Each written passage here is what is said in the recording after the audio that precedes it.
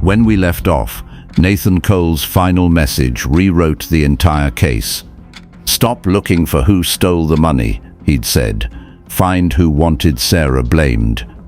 Rebecca Hale watched that message 5 times. Then she did something no investigator does at 2 in the morning.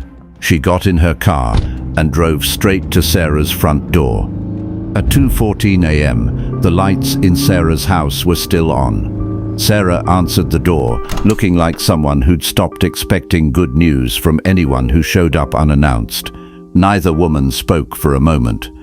Behind Sarah, the house was dark except for a single lamp, and somewhere upstairs, Emily was finally asleep.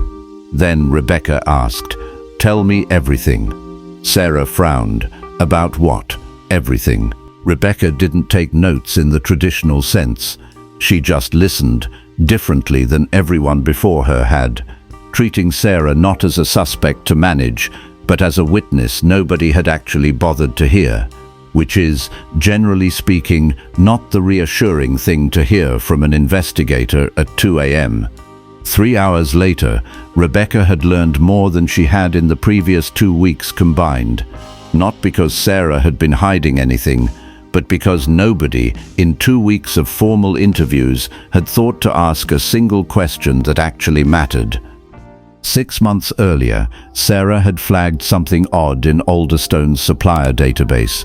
Nothing dramatic at first glance. Duplicate vendor information, repeated approval patterns, payment routing that didn't quite make sense for a company that size. She wrote it up properly, filed it through the correct channels, and reported it.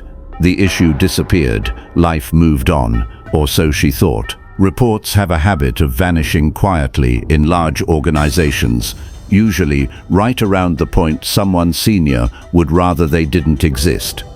Filing something correctly, it turns out, guarantees nothing except a very organized disappearance. Rebecca sat upright.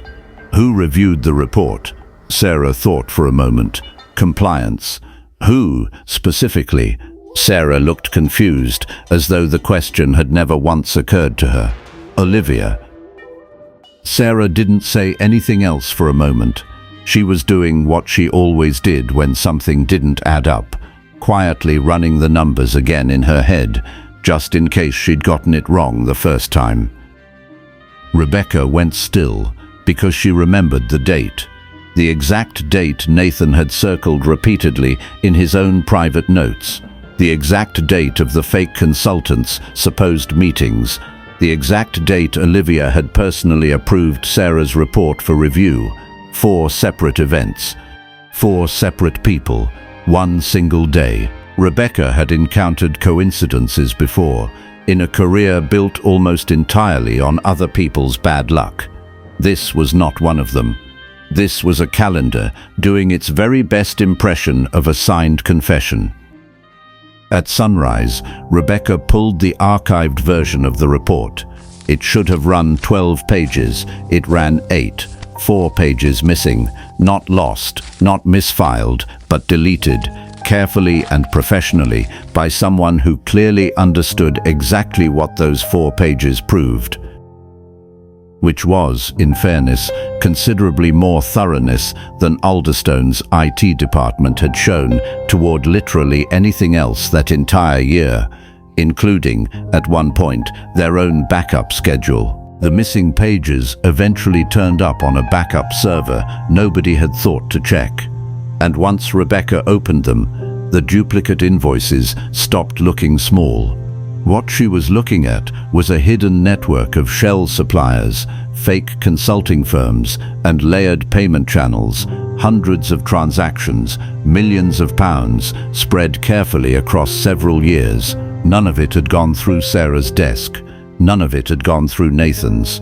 Whoever built this network had made absolutely certain of that, right up until the 2 people who noticed anyway became impossible to ignore.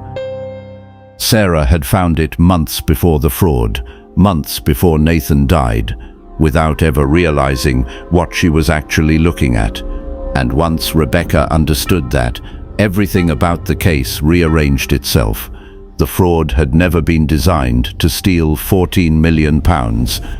It had been designed to destroy the credibility of the one person who'd already noticed something was wrong. Rebecca thought about Sarah, suspended, publicly humiliated, quietly falling apart for weeks, and realized she hadn't been collateral damage at all. She'd been the actual target the entire time. The £14 million had simply been the smoke. A discredited witness can't expose corruption. A suspected thief doesn't get taken seriously by anyone, least of all a board of directors. It was, Rebecca had to admit, professionally, reluctantly, a genuinely elegant way to silence someone without ever laying a single hand on them. By midday, Rebecca had enough evidence to arrest Olivia. Access, opportunity, secrets, everything lined up exactly the way it was supposed to, except it didn't feel right. Olivia felt like a participant in this, not the person who'd built it.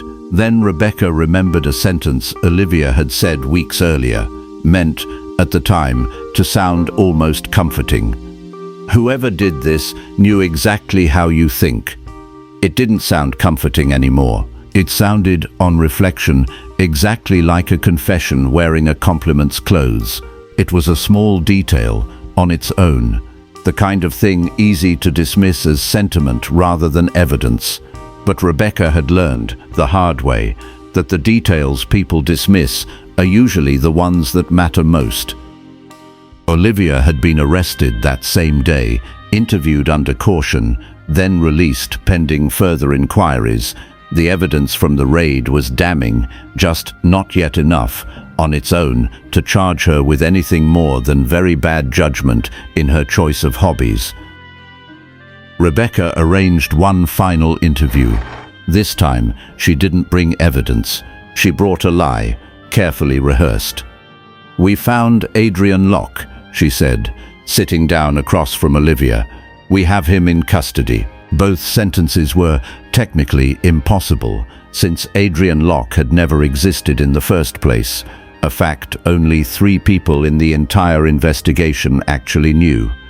Rebecca had learned over the years that a good lie only needs to survive about 4 seconds. Olivia blinked, just once, but it was enough. Not fear, relief. And innocent people, Rebecca had learned the hard way, don't feel relieved when investigators claim to have found the mastermind. Accomplices do, every single time. Olivia broke 30 minutes later, not completely, just enough to finally hand Rebecca the one name that would end this entire investigation. Jonathan Reed, the CEO, the man who had been standing at the exact center of this investigation since the very first day, precisely where nobody, including Rebecca, had ever thought to look.